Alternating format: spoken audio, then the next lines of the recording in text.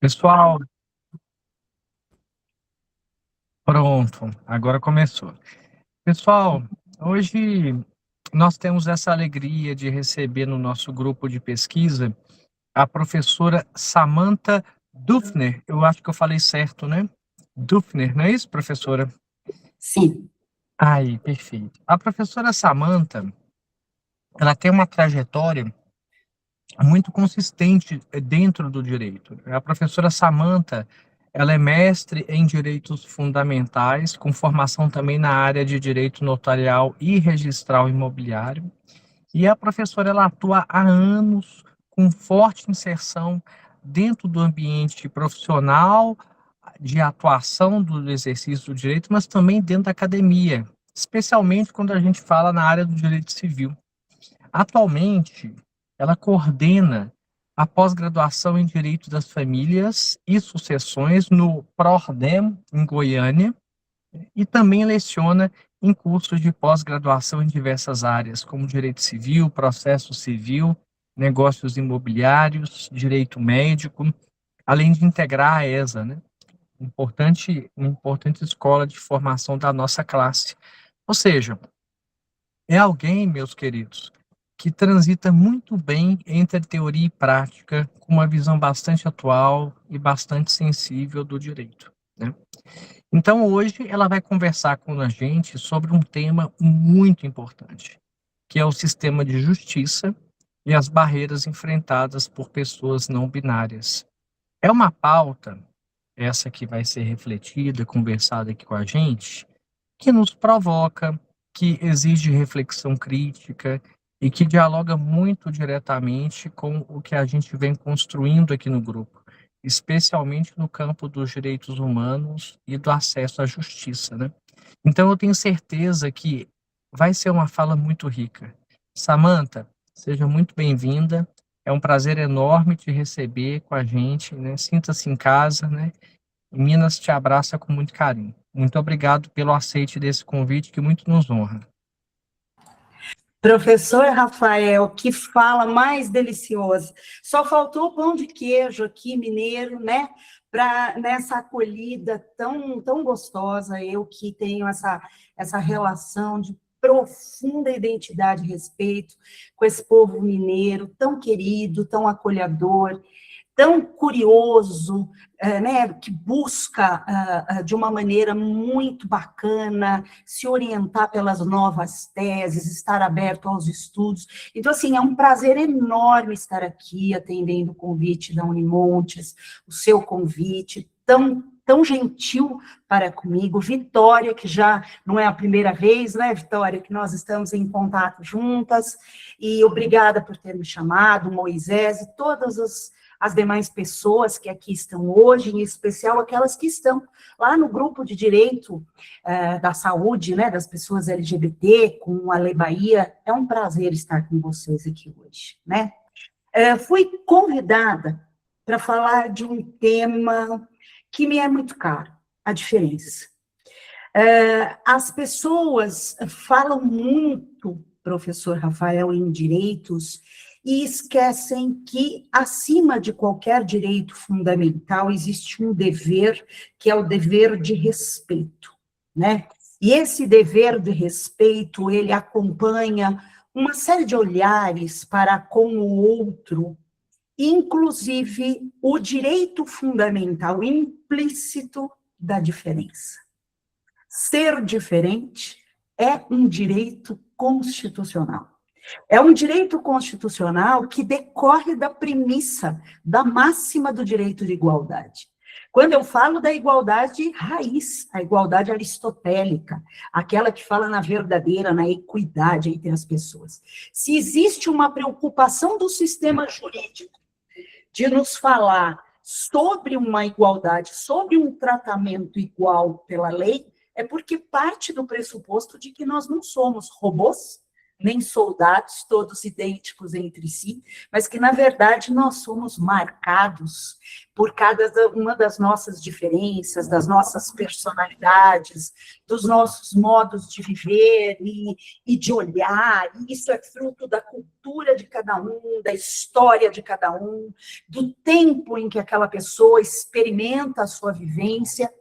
E é sobre tudo isso que eu venho falar com recorte para estas pessoas que eu gosto de falar não binárias, com E, e que depois de muita luta com a Revista dos Tribunais, eu que escrevo para a Revista dos Tribunais desde 2011, professor Rafael, assim, pareceres, comentários da jurisprudência e tudo mais, e somente agora, nesta última obra, que eles me autorizaram a colocar o E. Porque antes ficava aquele discurso de que o E não é gramatical, não é língua portuguesa, e eu explicava para eles que a questão era sociológica, que a questão era filosófica, que a questão era de pertencimento, de acolhida, que a questão era de afirmação de uma invisibilidade, e até que eles entenderam que quando eu falo de um não binarismo de gênero, quando eu falo de pessoas que estão desconectadas de padrões binários de existência do planeta, é claro que para marcar essa diferença, eu teria que ter uma letra que pudesse dizer que eles não são nem o O, nem o A, nem aquele brega rosa ou azul, né? Nem essa necessidade que nós temos, não só no Brasil, mas até mesmo em países de primeiro mundo, de querer rotular as pessoas a partir de padrões e paradigmas, como se o corpo humano, a existência humana, as formas de amar, elas pudessem ser colocadas num módulo e, a partir dali, serem concebidas. Esta rigidez nesse padrão binário que faz exatamente que nós tenhamos esse assunto de hoje. Pessoas não binárias que são inseridas dentro de um sistema como uma diferença inaceitável, uma diferença para a qual não há nenhum tipo de tolerância, não há nenhum tipo de compreensão perante a lei, o sistema de justiça não a enxerga, e toda a sociedade, num primeiro momento, tem estas figuras, estas pessoas, como pessoas que, na verdade, estão num descrédito e numa desorientação pessoal e existencial, o que não é uma verdade. E eu estou aqui hoje para mostrar um pouquinho para vocês sobre essa realidade. Por que a Vitória me chamou? Em especial, porque quando eu me debrucei na pesquisa desta obra, O Direito Antidiscriminatório, e quando eu quis fazer o recorte dentro dessa perspectiva de gêneros, e eu faço questão de usar o plural, certo? Para mostrar que não há um gênero ou dois gêneros apenas, mas existe uma multiplicidade de gêneros. E quando eu fiz esse recorte para a diversidade sexual, aqui eu destinei um capítulo para falar das pessoas não binárias. Então, vamos começar aqui, sem mais delongas. Vou pedir para o Moisés passar o slide, por favor. Aqui. Tudo começa no legado que nós recebemos, né? A herança que o processo de colonização nos deixou. Se nós observarmos a história, e como a história nos ensina tanto, como a história nos faz compreender algum dos processos contemporâneos, onde nós emperramos ou nós avançamos, nós percebemos que os povos originários que aqui foram encontrados, eles chocaram muito o olhar daquele europeu, aquele homem do Império Português, habituado, né, que transitava profundamente em cima de uma religião, que era uma religião cristã católica, que tinha já, desde aquela época, porque desde os padrões bíblicos é assim, estereótipos muito bem formados para aquilo que eles designam e compreendem como a figura do homem e a figura da mulher, sempre estruturados a partir do sexo. Então, é um corpo nascido masculino, conjunto hormonal, conjunto corporal, conjunto sexual e cromossômico masculino ou feminino, e que para estes padrões, daquilo que seria homem, daquilo que seria mulher, existiam os comportamentos, tanto na família, como na conduta sexual, nas parcerias sexuais e afetivas, como na própria sociedade. Então, foi ali que, quando eles chegaram no Brasil, né, quando eles invadiram o Brasil, quando eles tomaram para si uma terra que não era deles, e se depararam com povos originários que estavam desprovidos desses olhares europeus, ligados a essa religião católica cristã, eles entenderam que tudo aquilo que existia aqui dentro da nossa terra, Brasílias naquela época, que eram, na verdade, considerados como, entre aspas, selvagens. Então, aos olhos daquele homem, eu digo homem porque a mulher não tinha nenhuma voz naquele período do Império, aquele homem branco, hétero, que aqui chegou, dono do poder, da família e ligado, né, politicamente, economicamente, à igreja e à terra e ao domínio econômico, ao capital, ele olhou para o povo originário e disse: os seus costumes sexuais, que permitiam, por exemplo, relações sexuais entre pessoas de mesmo gênero, homem com homem, mulher com mulher, ou com mais de um parceiro, e fora de casamento, já que não existia o ritual de um casamento nesses povos originários, não existia uma celebração religiosa ou algo que o valesse naquela orientação, eles eram tidos por bárbaros, por selvagens. E daí que veio aquela ideia de que eles eram superiores, de que os modelos atrelados ao gênero e ao sexo de uma maneira livre e desprendida dos valores religiosos e eurocentrados, eles eram, na verdade, costumes que precisavam de uma doutrinação por parte deles, e é por isso que os jesuítas, desde aquela época, passaram a fazer o quê? A doutrinar aquelas pessoas, tentando explicar para os nossos povos originários, imaginem isso, né? Que uma pessoa que vivia ali na comunidade indígena, ela tinha que estudar a Bíblia, ela tinha que falar a língua portuguesa, ela não poderia, ela tinha que usar roupas, ela não podia pintar os corpos, as mulheres não podiam lutar em guerras, os homens não podiam fazer os seus trabalhos manuais, nem ajudar com a prole não poderia ser comum, que já é uma ideia da mais raiz do que seria a socioafetividade dentro de uma família.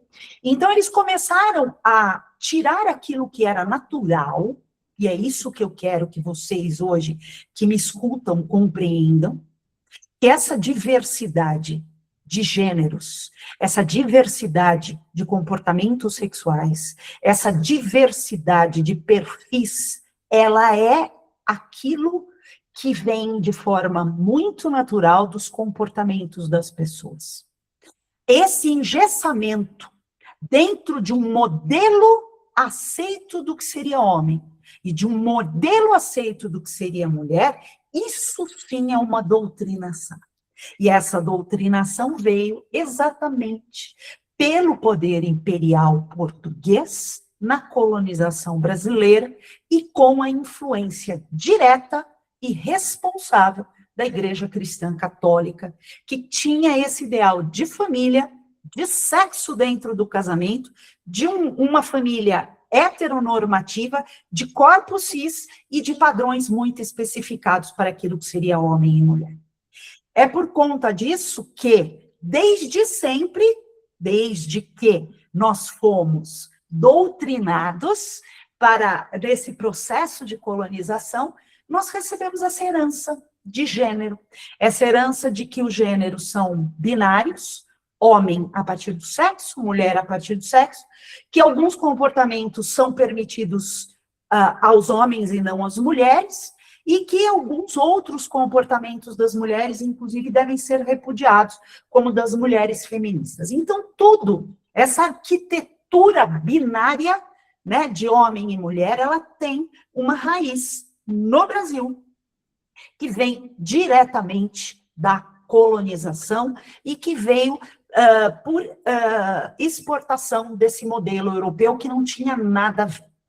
E lá, nessa época dos povos originários, foi o primeiro contato que nós temos na história do Brasil com essas pessoas ou identidades não binárias, que são pessoas que, na verdade, não se identificam puramente com o estereótipo masculino do homem, não puramente com o estereótipo feminino dessa mulher, e que muitas vezes eles apresentam outras conformações. Que outras conformações, professora Samantha? Bom, existem várias. Eu escrevo que as pessoas não binárias, ou não binarismo de gênero, ela é uma expressão guarda-chuva, tal como a expressão trans é para as pessoas transgêneras, travestis e transexuais. Então, quando eu falo em pessoas não binárias, eu coloco dentro deste gênero do não binarismo todas as pessoas que destoam de um binarismo puro. Então, aqui podem entrar, por exemplo, pessoas que não se consideram nem homens e nem mulheres, então seria um terceiro gênero, ou um gênero neutro ou agênero. Algumas pessoas dos movimentos não gostam dessas expressões, mas são expressões que costumam ser utilizadas, então eu estou apresentando para vocês. Existem figuras que são fluídas, ou seja, ora elas assumem uma identificação com o modelo o masculino, ora com o feminino, e isso pode ir se, como que eu posso dizer, se alterando com o tempo, ou ao mesmo tempo assumindo as duas identificações. Então, ao mesmo tempo, a pessoa combina estes modelos, então essas são pessoas não binárias, que são colocadas, são vistas socialmente, muitas vezes, como estranhas, né? Aí que há uma identificação muito grande com aquela cultura queer, né? Que na tradução significa estranho, e é exatamente isso. Quem olha com os olhos engessados de um binarismo, de um padrão e de um estereótipo fixo, quando olha, por exemplo, um homem que tem a barba e que ao mesmo tempo use batom vermelho e salto alto vermelho, acha aquilo estranho, e na verdade é uma pessoa que está misturando estereótipos, e estereótipo não rotula ninguém, essa que é a grande realidade. Essa expressão, ela também vai abarcar pessoas que têm corporalidades diferentes, como as pessoas chamadas intersexo. A pessoa intersexo, de acordo com os tratados internacionais e os próprios movimentos da ABRAE e da Austrália, que trazem um conceito de pessoa intersexo, são pessoas que nascem com características corporais, e aqui eu estou falando de aparelho reprodutor interno ou externo, conjunto cromossômico e hormonal, que seja compatível com os dois gêneros ao mesmo tempo. Então, existem componentes masculinos e femininos naquela mesma corporalidade. Essas são as pessoas intersexo. Elas também entram nesta categoria ampla de gênero das pessoas não binárias. E também nós podemos considerar aqui aquelas pessoas trans, não aquelas trans que têm um interesse, uma identificação binária, como o trans masculino ou o trans feminino, que tem uma identidade de gênero muito tipificada ao modelo padrão. Mas existem pessoas trans que são não binárias e que gostam disso, e essa pessoa trans não binária, eu trago como grande exemplo a travesti. A mulher travesti, que tem uma existência política, que tem uma conotação histórica, que tem uma história dentro do Brasil que, de combate à ditadura política, ela tem muito orgulho do seu processo político existencial. E ela faz questão de honrar aquele corpo, aquela morfologia de nascença que ela tem, como uma existência que está atrelada ao feminino, mas ela não se considera uma mulher. Ela é uma mulher travesti. Então, a mulher travesti, ela é uma pessoa não binária também. Então, essa ideia de pessoas não binárias, elas vêm aí como aquelas que são diferentes. E como eu disse no começo da minha fala, essa estrutura de diferença, além de ser um direito fundamental de toda pessoa, ela choca com o nosso padrão de cis-heteronormatividade, né? A sociedade brasileira, que foi fundada a partir desse caldo religioso imperial, ela foi fundada nesses estereótipos para que o diferente fosse colocado como alguém que não merece consideração social, não merece proteção do sistema legal, e que fica ali à revelia de qualquer política pública e proteção estatal.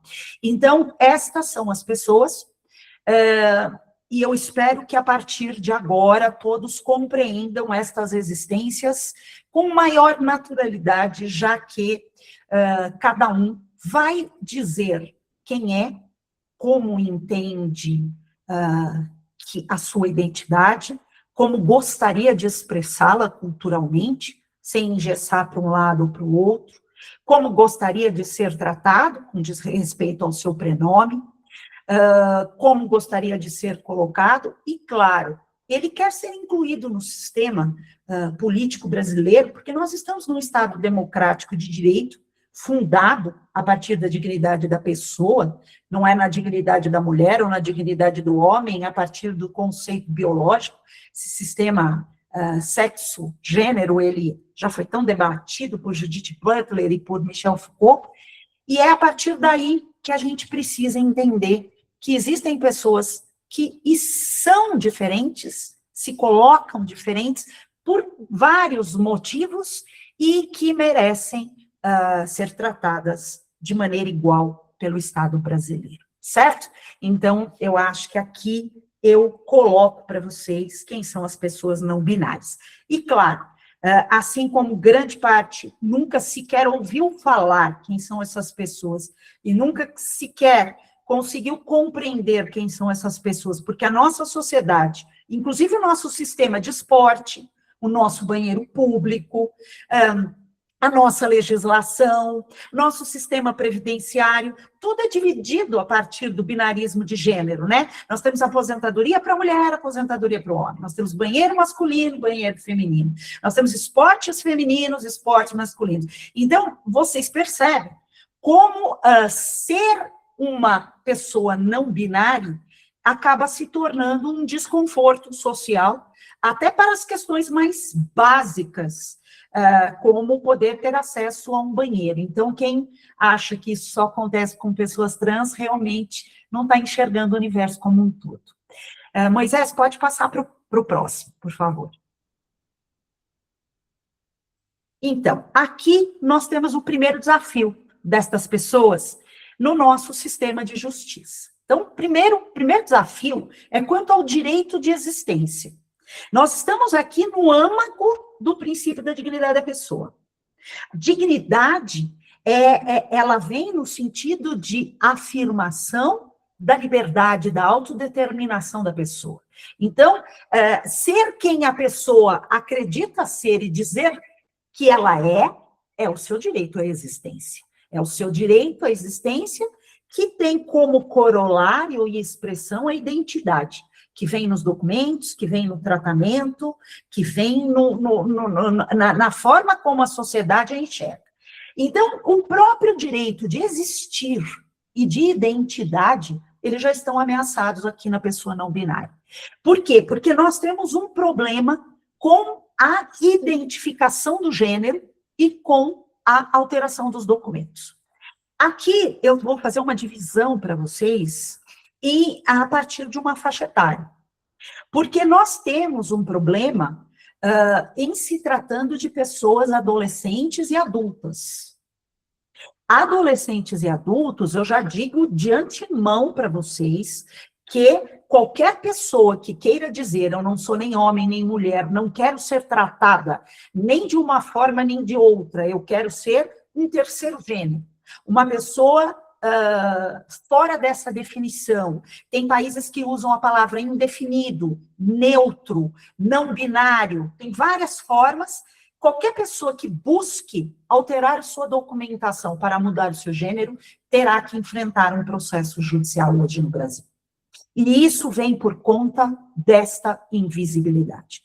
Se ela quiser adotar um prenome neutro, que não seja um prenome que faça uma alusão direta ao masculino ou feminino. Por exemplo, nós temos Maria, que faz alusão à mulher. Nós temos João, que faz alusão ao homem. Se a pessoa quiser adotar um prenome neutro, como Cleo, Ariel, ela também precisará de uma decisão judicial.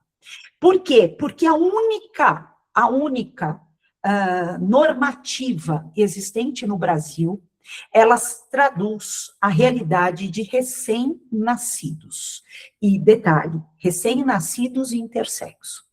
Porque em corpos de recém-nascidos, que são organismos, são pessoas que vêm completamente desconfiguradas de qualquer padrão ou manual, é possível que na sua conformação corporal, ela tenha identificação de características masculinas e femininas ao mesmo tempo. Antigamente, e é um nome que eu já recomendo a todos que me escutam, que nós devemos evitar, as pessoas que não conheciam chamavam essas pessoas de hermafroditas, né? Hermafroditas que nos davam a ideia de masculino e feminino ao mesmo tempo, o que é uma expressão que tem que ser evitada e que os movimentos sociais recriminam, porque hermafroditismo, ela só existe para plantas, não para pessoas. E ela nos traz uma ideia de que a pessoa é ao mesmo tempo masculino e feminino, que ela tem os dois órgãos, e não é assim que funciona com as pessoas intersexo. Então, essas pessoas que tenham uma genitália que mostre essa ambiguidade, ou seja, ela pode ser um masculino ou um feminino dentro desses padrões binários que nós conhecemos, o que acontece? O antigo provimento 73/18 do CNJ, que foi revogado, para entrar em seu lugar esse Código de Normas Extrajudiciais dos Cartórios. Então, esse Código de Normas, que ele veio em 2023, ele está em constante mutação. O que ele faz? É um código destinado a todos os cartórios extrajudiciais do Brasil. E ele recebeu todos os provimentos do CNJ, inclusive esse 73/18. Ao receber esses provimentos, esse código, que eu recomendo a todos que consultem, tem 600 artigos, ele é gigante, ele trata sobre o registro civil, sobre o registro civil das crianças ao nascer. O primeiro documento que a criança recebe não é no cartório, é no hospital, na famosa DNV, Declaração de Nascidos Vivos. Então, é na DNV que existia ali um campo que colocava pai, mãe, né, e o sexo, masculino ou feminino. A DNV, ela foi modificada um tempinho atrás. Ela começou com algumas modificações. Então, hoje, nós já temos o termo parturiente na DNV, exatamente para poder permitir que a barriga solidária possa parir e não ser colocada como mãe, para entender a paternidade de um homem trans, que ele vai parir o seu filho, não na condição de mãe, mas na condição de pai, porque ele é um homem, certo? E o mais importante, na DNV, existe a possibilidade, no sexo, de indefinido. Então, a DNV, ela traz masculino, feminino e indefinido. A grande questão é essa. O médico, quando recebe um recém-nascido que tenha essas características externas, veja bem, porque ele pode ter características internas que não são percebidas no nascimento. Mas se ele tiver essas características externas, cumpre ao médico orientar os pais, avisar que se trata de um sexo, entre aspas, indefinido, ou seja, o padrão genital e corporal e morfológico não pode ser definido nem como masculino, nem como feminino neste momento. E ali, se na DNV estiver preenchido como indefinido, o cartório de registro civil, que vai colocar, que vai inserir esse campo na certidão de nascimento da criança, ele poderá colocar sexo indefinido e orientará os pais à escolha de um prenome que não seja atrelado a um gênero ou outro. Aí que eu sempre insisto em Ariel, em Cleo, que são prenomes que comportam uma ideia de tanto masculino como feminino. Porém, isso depende de uma aculturação. Nós precisamos de uma sociedade que entenda que ser uma pessoa não binária e intersexo não é um problema, não é uma doença. Nós precisamos da despatologização destas identidades. E o que acontece é que, na prática, e por uma resolução muito antiga e ultrapassada do Conselho Federal de Medicina, que é de 2003, 2004, ainda essas identidades intersexo são vistas como doença. E os pais, principalmente na atual cultura, onde ficam fazendo esses chás revelações breguíssimos, como diz meu amigo Pauliotti, né? Onde eles querem sempre jogar, né, o azul, o rosa, né? Então nós vivemos em pleno século XXI uma idolatria ao binarismo de gênero, porque se é menino já vai ganhar o body com o estampado, o time de futebol, se é menina já vai ganhar boneca, panelinha, laçarote, né, vestido de frufru. Então assim, a gente tem essa pesquisa. O que acontece? Se os pais já têm essa ansiedade social e pessoal para ostentar um gênero típico de masculino ou feminino, se chega um médico para explicar que seu filho não é nenhum nem outro, vocês imaginem a pressão e o que vai acontecer naquela família. Então, na prática, apesar de que o nosso sistema de justiça tenha avançado somente nesse ponto, quero deixar bem claro, hein? Essa é a única conquista do nosso sistema de justiça que está normatizada para as pessoas não binárias. É para recém-nascidos intersexo, ponto. Só. Primeira e última. Se até para elas nós não estamos conseguindo implantar, imagine para os demais que nenhuma normatização tem. Então, o que acontece quando um médico desavisado ou orientado por uma resolução do seu Conselho Federal que coloca essa pessoa como uma pessoa doente, ele e os pais combinam qual seria o sexo do bebê, vejam que absurdo, certo? E colocam ali naquela DNV se a criança aparece mais com o menino ou com o feminino, ignorando as identidades de gênero, ignorando as corporalidades distantes, ignorando que aquela pessoa pode conviver com duas facetas desse padrão, sem que isso seja nenhum problema existencial em sua vida. E de uma maneira muito precoce, muitos delas optam por uma cirurgia mutilatória daquela criança, que é uma das práticas condenadas pela ONU como uma das maiores violações aos direitos humanos de integridade física de bebês no planeta. Então, isso não é só o Brasil quem faz, outros países também faz. Então, infelizmente, na prática, poucas serão as DNVs que vão sair com o sexo indefinido e menores ainda as possibilidades de que venha um registro como sexo indefinido, para que até os 12 anos, essa família, essa criança, possa amadurecer sobre essa corporalidade, sobre a sexualidade e sobre o gênero, e para que a própria criança, quando vier a ser adolescente, porque depois dos 12 anos ela começa a opinar a respeito, certo? A própria normativa prevê, a partir dos 12 anos, ninguém vai fazer uma alteração no seu documento sem o seu consentimento, e muito menos no seu corpo, cirurgicamente sem o seu consentimento.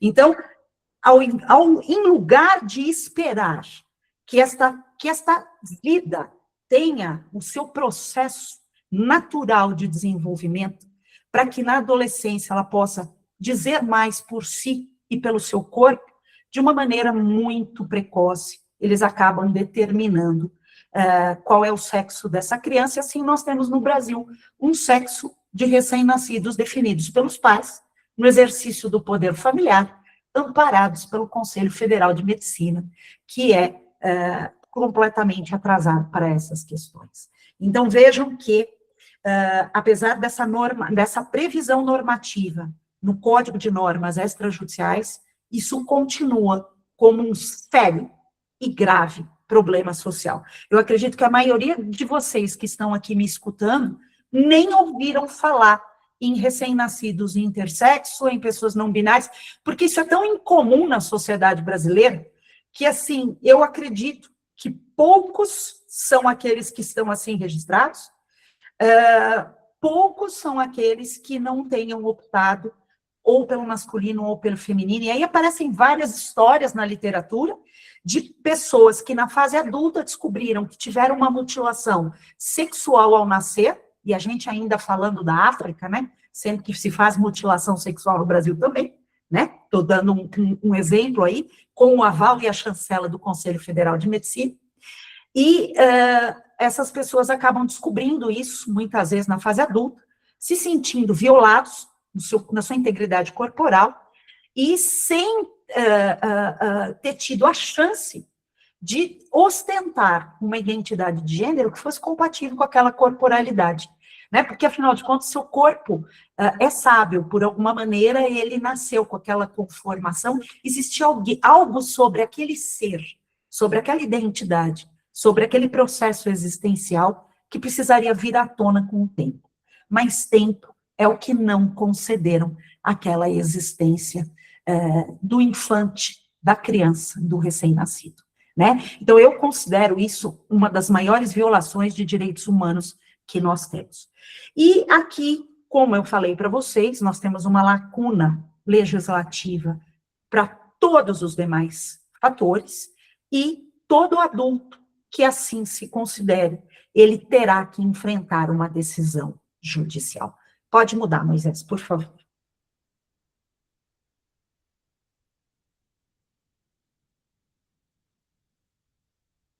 O peso disso é muito grande.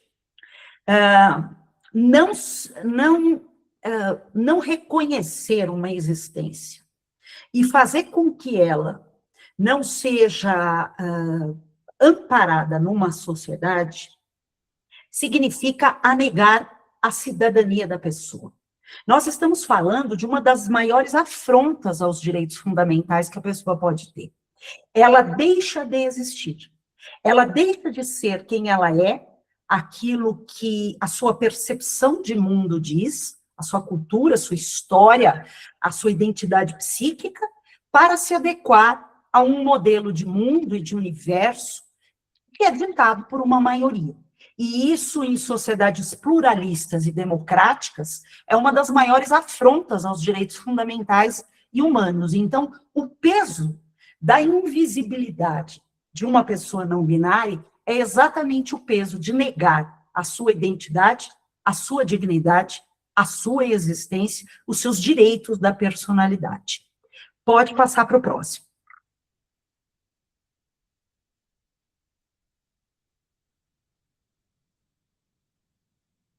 Aqui, eu vou mostrar alguns dos problemas práticos disso. Primeira coisa, o fato de que nós não temos estatísticas de quem são as pessoas não binárias, quais são os problemas delas, quais são os crimes a que elas estão sujeitas, elas são vítimas de quais condutas, nós temos uma completa invisibilidade no nosso sistema. Vocês aqui que me escutam, e muitos de vocês como pesquisadores sabem, as estatísticas são fundamentais para que possam existir políticas públicas. Sem estatísticas, nós não temos políticas públicas. Nós não temos a identificação daquela camada ou grupo social que carece de uma proteção. A gente não consegue identificar quais são os índices de afronta aos direitos deles, a que crimes essas pessoas estão sujeitas, onde elas precisam de apoio estatal, da comunidade ou da família, e como que o Estado deve se comportar dentro de uma sociedade democrática, que é aquela que presta, né, direitos fundamentais e sociais à pessoa, como que a gente pode evoluir para a prevenção e para a repressão dessas condutas. Então, o fato de que essas pessoas seguem invisíveis no nosso sistema jurídico e político, ela traz uma completa ausência de dados.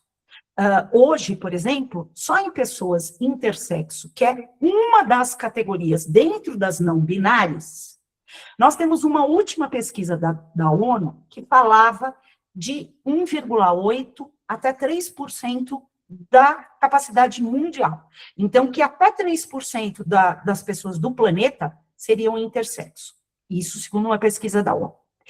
Tem uma obra que se chama 50 tipos de intersexo, que eu utilizei neste livro que eu escrevi, que é uma pesquisa americana que foi traduzida para o Brasil, e aumentou, quando eles aumentaram o espectro, né, o espectro da pesquisa, e eles começaram a perceber que existem outras formas de ser intersexo, eles chegaram ao número de 10% das pessoas do planeta.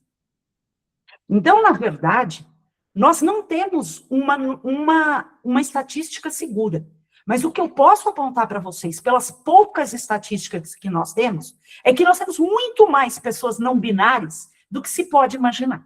Porque se só intersexo nós já estamos chegando perto de 10%, se nós colocarmos aí as pessoas travestis, as pessoas de gênero fluido, as pessoas que não se identificam, as pessoas trans não binárias, é claro que esse percentual vai aumentar. E é claro que elas precisam ter a sua existência identificada para que nós possamos entender essas pessoas dentro da sociedade. Outro problema que nós temos, exatamente porque elas vêm ali em cima, marcadas por violações nos seus direitos, nós temos, por exemplo, o grande problema delas dentro do acesso à justiça e dentro do mercado de trabalho. Imagine se uma pessoa não binária, ela é vítima de um crime sexual. Como que essa pessoa será ouvida no judiciário? Se até hoje nós temos problemas da forma como magistrados, principalmente homens, estão tirando os depoimentos das mulheres cis vítimas, imagine quando eu trago essa realidade para pessoas não binárias, quando eu trago essa realidade para crimes sexuais, para a intimidade, para a identidade da pessoa. Imagine, por exemplo, se ela for uma testemunha. Qual vai ser a credibilidade que uma pessoa não binária terá no sistema de justiça? Se elas são consideradas estranhas, esquisitas, diferentes, se elas são invisíveis. Então, dentro do acesso de justiça, na condição de vítima, na condição de sujeito, na condição de testemunha, na condição de advogado, na condição de jurista, é claro que eles vão ter inúmeros problemas para poder exercer os seus direitos dentro do sistema. No mercado de trabalho não é diferente. Claro, exceto algumas profissões que por si só já são modernas, como a moda, que adora pessoas com estereótipos diferentes e com características não binárias, a maioria das profissões são conservadoras. Então, você imagine um juiz que chega para decidir, né, de toga, de barba, com salto alto, né, uma mulher promotora que chegue com essa duplicidade, e uma médica e outras pessoas dentro do sistema, nessas profissões tradicionais, como que vai ser a inserção delas no mercado de trabalho? Num processo de contratação. A pessoa chega com um brilhante currículo, como que ela vai ter um cargo de direção numa empresa multinacional, por exemplo, quando ela foge desses estereótipos? Se nós já temos a diferença, uma desigualdade de gênero entre homens cis e entre mulheres cis. Nós sabemos que a interseccionalidade pesa ali muito, porque quando eu saio da branquitude e eu chego nas pessoas pretas, e imagine quando eu chego com pessoas que não se identificam nem com um gênero, nem com o outro, e que representam toda essa forma de diferença. Então, aqui eu tenho problemas de inserção dentro do próprio sistema de justiça e de inserção dentro do mercado de trabalho. Não são somente as pessoas trans que têm problema de empregabilidade e promoção. As pessoas não binárias também o têm. Próximo slide, Moisés. Aqui, o mesmo problema que as pessoas trans têm, a gente coloca no sistema prisional. O sistema prisional que nós temos também é dividido entre masculino e feminino. E até hoje, e ainda que o STF já tenha se pronunciado de que as pessoas trans, elas têm direito a dizer em qual sistema penitenciário elas se enxergam, se no masculino, se no feminino e por quê, aqui as pessoas não binárias estão completamente distorcidas, porque elas vão ter que optar se forem ouvidas por um dos dois, sendo que ela não pertence a nenhum dos dois. Então, eu tenho uma completa invisibilidade de um sistema que é dividido para dois gêneros, dentro do binarismo, e essa pessoa não se adequa a nenhum dos dois. E aí eu não vou ter um acompanhamento dos agentes penitenciários, do tratamento do nome, das questões de segurança, das questões do cuidado à saúde, que muitas delas vão ter também o seu direito à saúde, e como que a gente vai trabalhar dentro dessa realidade no sistema prisional. Isso é um grande problema que também se tem dentro destas identidades. Próximo, Moisés. Aqui eu vou trazer para vocês alguns avanços e alguns retrocessos no mundo. O primeiro país que veio reconhecer as pessoas não binárias e o direito a um terceiro gênero foi a Alemanha. Veja bem, a Alemanha, pós-nazismo, né, que aprendeu muito com as violações dos direitos humanos fundamentais, ela entendeu, né, e essa luta começou lá em 2011, que existiam pessoas que não se categorizavam nem como homens, nem como mulheres. Ela entendeu também que o sexo não é destino de ninguém, e que o conceito de sexo, ele é restrito ao aparelho biológico, que não condiz com o esquema das identidades, com a autopercepção, com a autodeclaração das pessoas. E aí a Alemanha, depois de reconhecer um caso isolado, o próprio Tribunal Constitucional alemão, ele notificou o Congresso alemão e obrigou a votar um projeto de lei sobre um terceiro gênero. Olha que interessante.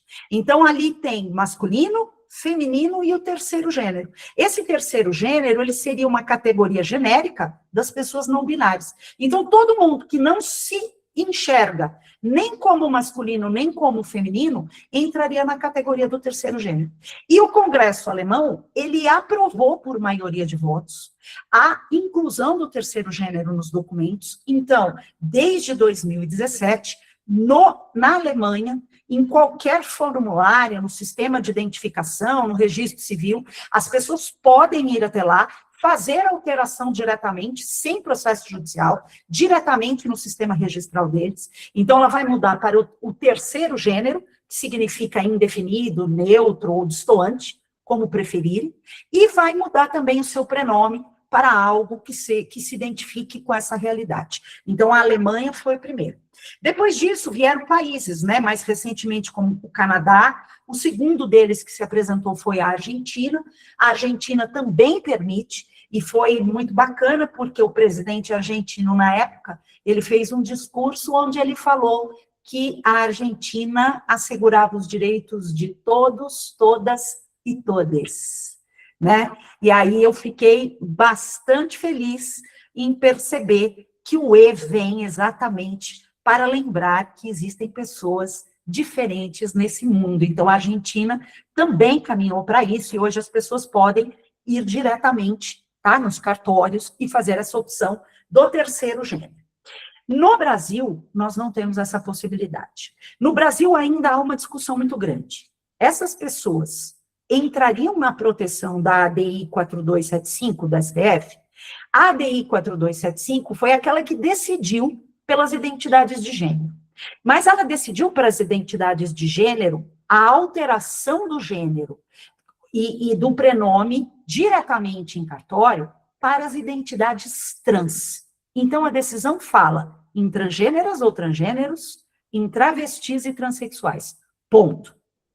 Exatamente por isso, qualquer pessoa não binária que chega no cartório querendo utilizar essa ADI para o seu caso, não se declarando uma pessoa trans, o cartório se nega a fazer. No Distrito Federal, nós tivemos um avanço. O corregedor de justiça de lá, ele fez uma normativa local dizendo que as pessoas não binárias daquele estado podem invocar a ADI 4275 para alterar o seu gênero como um gênero indefinido diretamente em cartório. Mas, por enquanto, é o único estado do Brasil que admite essa conquista extrajudicialmente. São Paulo, Rio de Janeiro, Bahia, Amazonas, Rio Grande do Sul e todos os outros estados estão recebendo ações judiciais. Normalmente, chega no judiciário, não há grandes problemas, certo? O judiciário está começando a entender a questão de gênero, e entende que aqui é uma questão que decorre da entidade da existência da pessoa, e aí defere, né, e expede um ofício para o cartório, para que o cartório mude o gênero da pessoa e mude o prenome da pessoa, caso queira. De toda maneira, eu quero que vocês percebam que isso é custo, isso é tempo e isso é burocracia. E a gente poderia evitar tudo isso, bastando que a CNJ, por exemplo, editasse uma normativa dizendo que a ADI 4275 se aplica para todas as pessoas não binárias que queiram mudar o seu gênero ou sexo nos documentos e o prenome, o que seria feito por procedimento administrativo diretamente nos cartórios e com as mesmas regras das pessoas trans. Isso seria uma facilitação, mas, pelo visto, não há vontade política para isso. Próximo, Moisés. Então, aqui, a gente está em busca, né, de falar sobre essas identidades, sobre essas pessoas, porque é através da fala, é através do compartilhamento de eventos como esse, que eu agradeço novamente o espaço, que a gente pode mostrar que os invisíveis também fazem parte da sociedade, e que os invisíveis também pagam seus impostos, e que os invisíveis também precisam de consideração legal e social, e eles precisam ser lembrados por todas as instituições políticas e jurídicas como pessoas que merecem um tratamento e uma solução para os seus problemas jurídicos, existenciais e políticos. Próximo, Moisés. Então, aqui, o nosso papel é exatamente esse. Se hoje a gente tiver que recomendar para alguém que atenda essas pessoas, eu vou recomendar as defensorias públicas. As defensorias públicas têm feito um trabalho muito consistente nessas ações judiciais. Eles estão profundamente preparados para atender às identidades de gênero, as existências fora do padrão binário. Elas estão habituadas, e as pessoas que não têm condições de arcar com os custos dos advogados, elas vão receber um tratamento de excelência. Também as organizações de direitos humanos, certo? E as entidades de apoio LGBT, porque eles têm, muitas vezes, departamento jurídico próprio que possa litigar para essas existências. O que eu quero deixar aqui para vocês, até agora eu falei de uma legislação que nós não temos, de uma política pública, é com esse esquema que essa tríade que precisa mudar. Tudo vai começar com uma educação jurídica de gênero. Enquanto falar sobre gênero e falar sobre educação sexual for motivo para que os pais façam fila na porta da escola pública ou particular, pedindo a cabeça do professor, do coordenador e do diretor, porque eles estão falando de temas que são considerados tabus, nós vamos continuar deixando os diferentes na invisibilidade. Tudo nasce de uma educação jurídica para o gênero e para a diversidade sexual, para entender que os diferentes são bem-vindos na sociedade e que eles são comuns. E isso tem que estar em todos os níveis. Inclusive, nós temos uma ADI, que é a... Depois eu vou esquecer o nome, depois a gente vê, eu mando para a Vitória, mas tem uma ADI do STF, que é de 2024, é do mês de julho, e nessa ADI, o Supremo disse que a educação sobre diversidade sexual e de equidade de gênero é uma responsabilidade do Plano Nacional de Educação, de escolas públicas e escolas particulares. Então, esse assunto que é considerado tabu, na verdade, ele é obrigação escolar e social no ensino infantil, fundamental, médio, graduação e pós-graduação, como aqui que nós estamos falando. Isso é objeto de uma ADI com efeito erga omnes e vinculante, que deu uma interpretação extensiva ao artigo 2 do Plano Nacional de Educação. Segundo, além da educação, para que a gente pode... ADI 5668, muito obrigada, Vitória, muito obrigada, tá? Além disso, nós precisamos pensar em mudar a legislação. Mas num Congresso Nacional, onde até hoje nós estamos falando as palavras homem e mulher para definir o que é casamento, falar de pessoas não binárias é uma evolução, assim, que está muito distante da nossa realidade. E política pública é algo que precisa ser colocado, porque a política pública, ela vem junto com a educação, e ela vem junto com uma mão solidária e os direitos sociais que fazem parte da obrigação estatal. Próximo, Moisés. Agora, para fechar, eu acredito que esse seja o último slide que eu tenho, o que a gente precisa aqui para fechar esse nosso discurso de um sistema de justiça? Inclusão. Então, nós precisamos reconhecer essas existências, certo? Naturalizar estes corpos, estas identidades, as expressões desses gêneros, a expressão de nome, a expressão do não binário, e temos que facilitar isso na documentação, no registro, no acolhimento social, na inclusão no trabalho, na inclusão na sala de aula, na inclusão na família, naturalização no nascimento do recém-nascido e tudo mais. Passo 2, educar a sociedade. Nós precisamos educar a sociedade para que receba essas personalidades, essas diferenças. Em especial, nós precisamos educar quem lida com direito. Então, nós precisamos educar a magistratura, a defensoria, a advocacia, os estudantes que aqui me escutam, os promotores de justiça, para que não fiquem de cabelo em pé quando se depararem com um caso de pessoa não binária, achando que estão falando, né, com né, como é que se diz? Ai, meu Deus do céu, o Ale fala sempre, um espantalho social, certo? Então, quando a gente não achar que é um espantalho, que é uma figura qualquer, porque não é, então nós precisamos aparelhar. Esse discurso dos direitos humanos, ele tem que chegar no direito. Essa perspectiva de gênero, ela vai muito além do homem cis e da mulher cis, e ela vai também para a recepção destas outras personalidades. Precisamos proteger estas pessoas enquanto um grupo vulnerável dentro da política do sistema antidiscriminatório. Eu quero lembrar que a Justiça do Trabalho, ela tem 3 protocolos antidiscriminatórios, um deles voltado para a comunidade LGBT, e é importante que a gente lembre que as pessoas não binárias estão ali na proteção do LGBT, e que essas políticas de acolhimento ao trabalho, ao estudo, à profissionalização, tem que chegar até elas.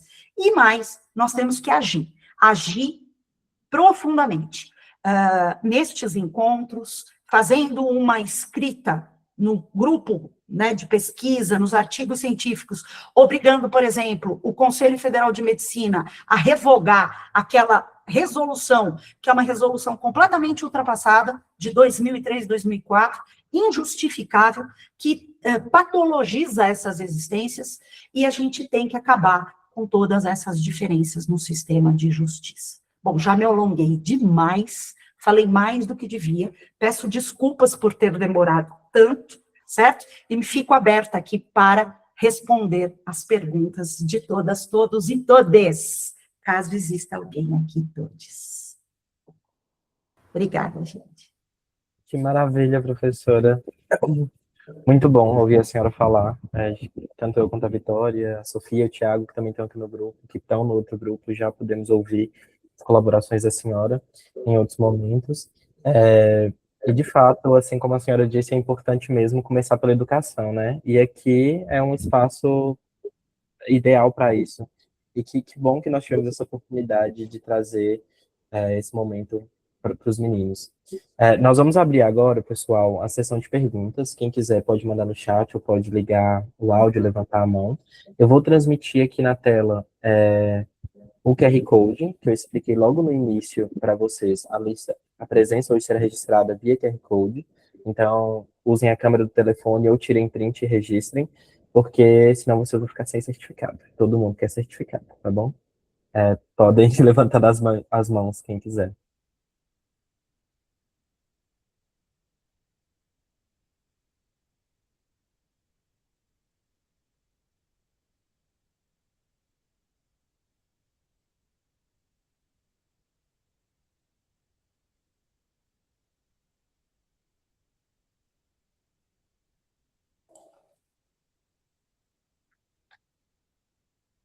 Ninguém tem dúvidas.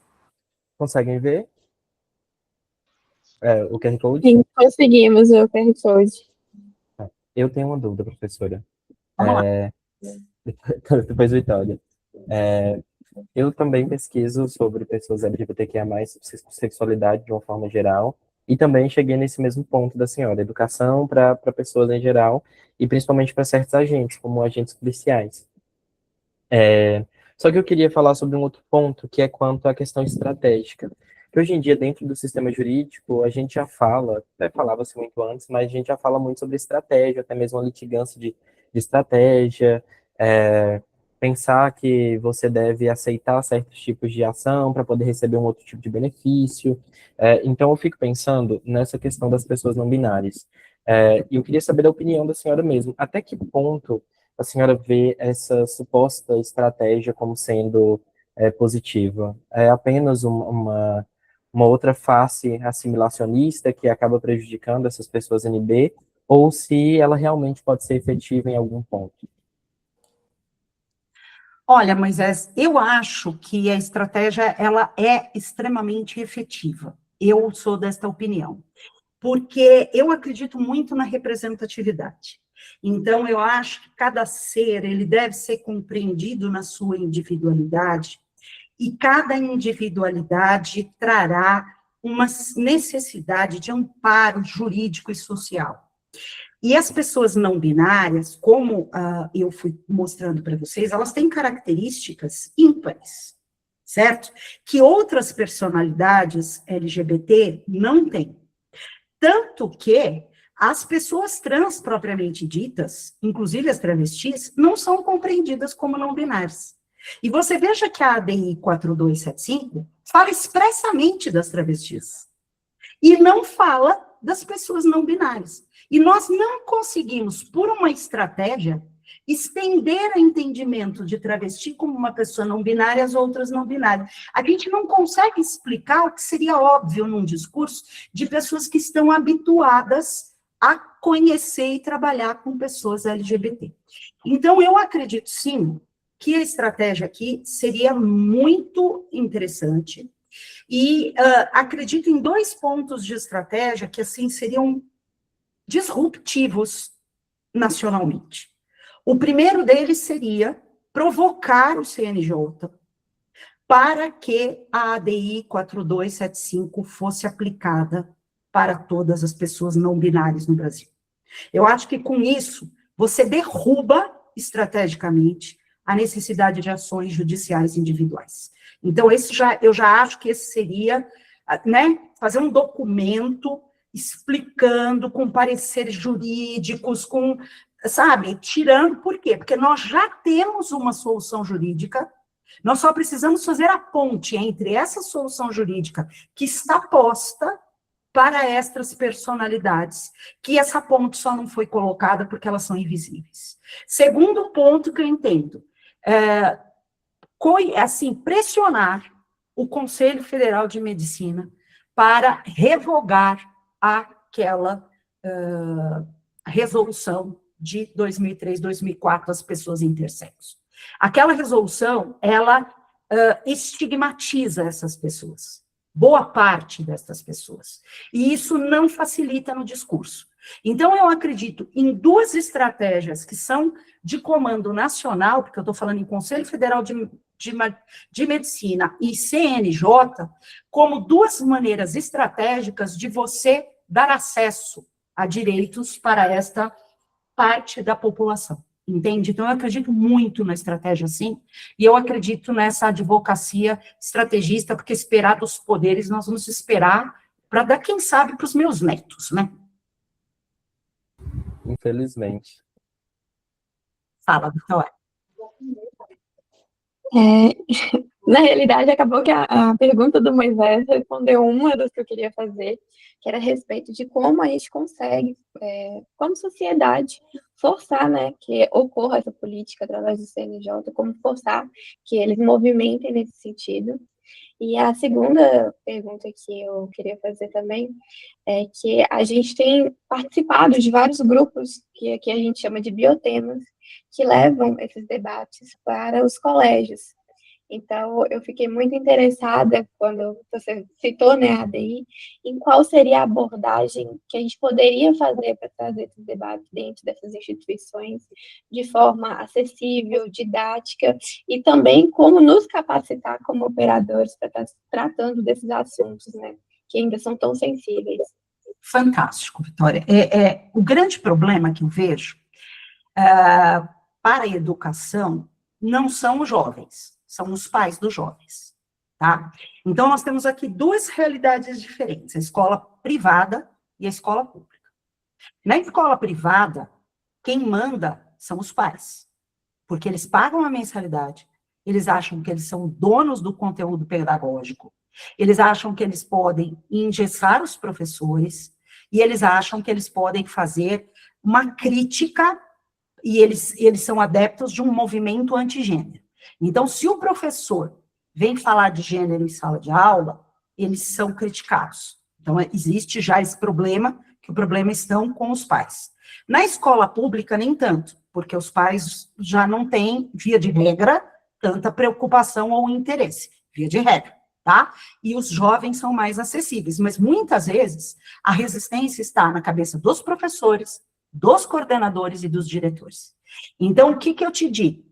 Você precisa entender, primeiro, para que público você vai falar. Eu recomendo, de cara, que todo discurso de gênero e sexualidade já vá direto para o ensino médio.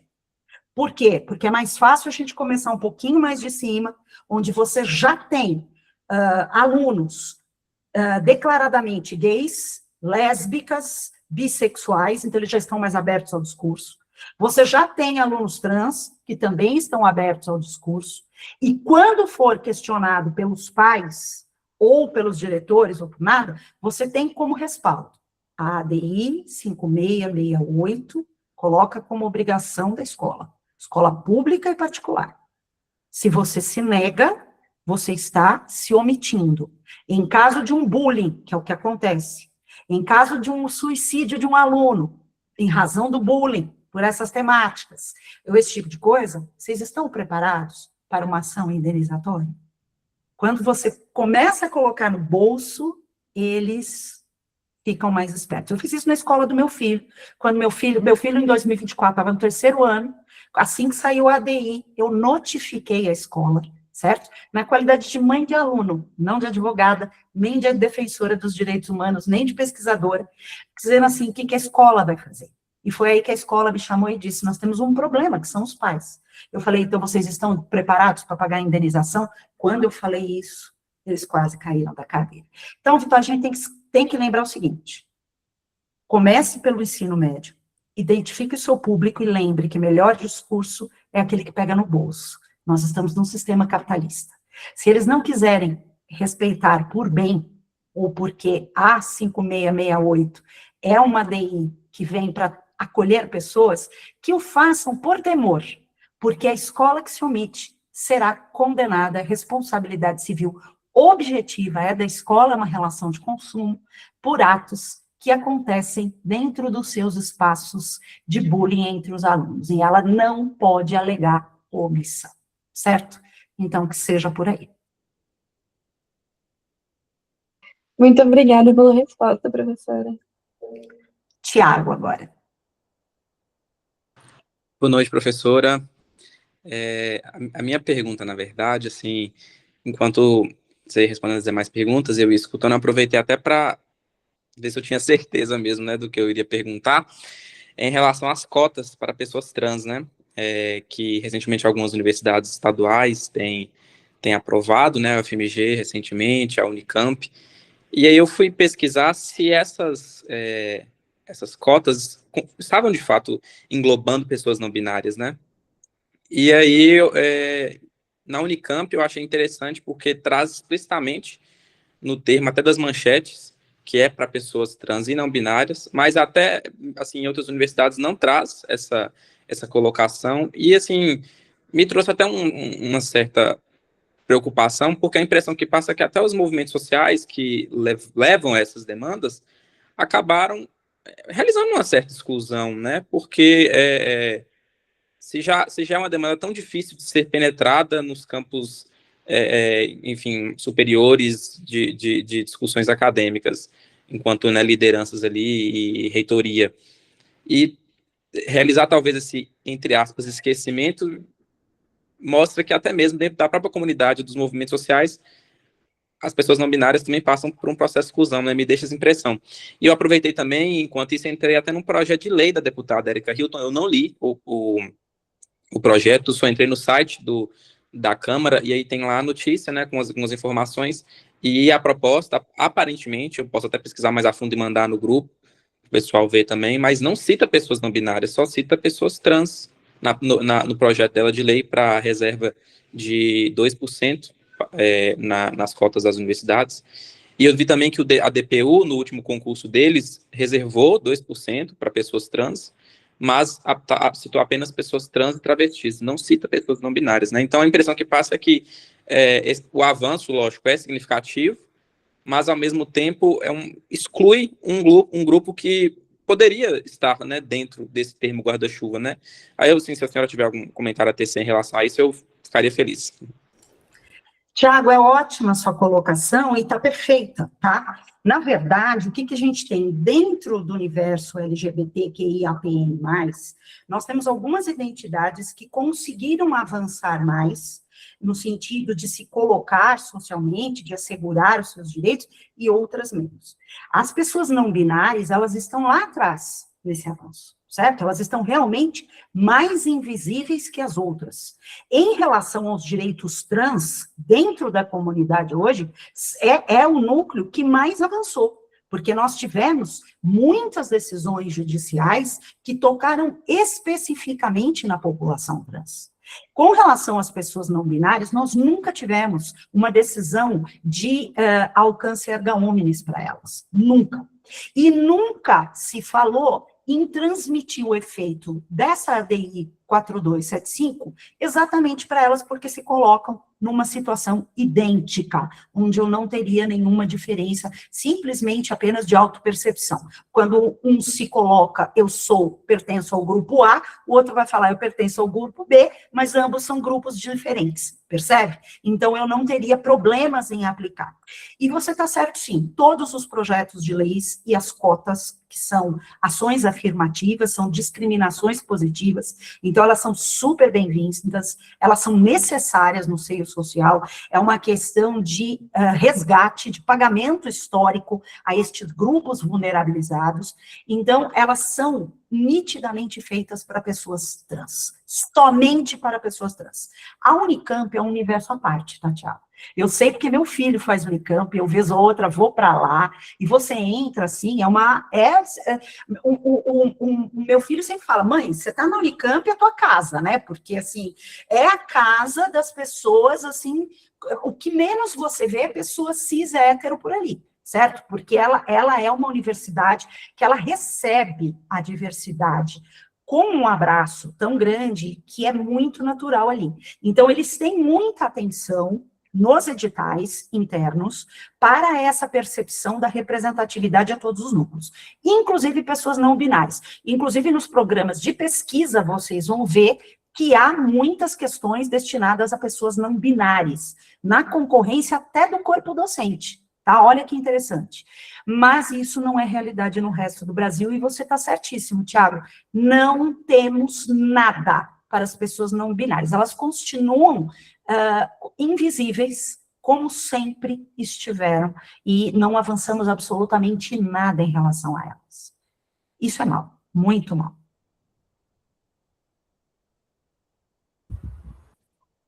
Felizmente, é um assunto que a gente fala e a gente vê, pensa em possibilidades, pensa em alternativas, mas é um final semelhante, né? É difícil ver uma mudança tão rápida, tão veloz assim, principalmente no nosso contexto político. Pessoal, se mais alguém tiver alguma pergunta para fazer, manifestem-se agora ou calem para sempre.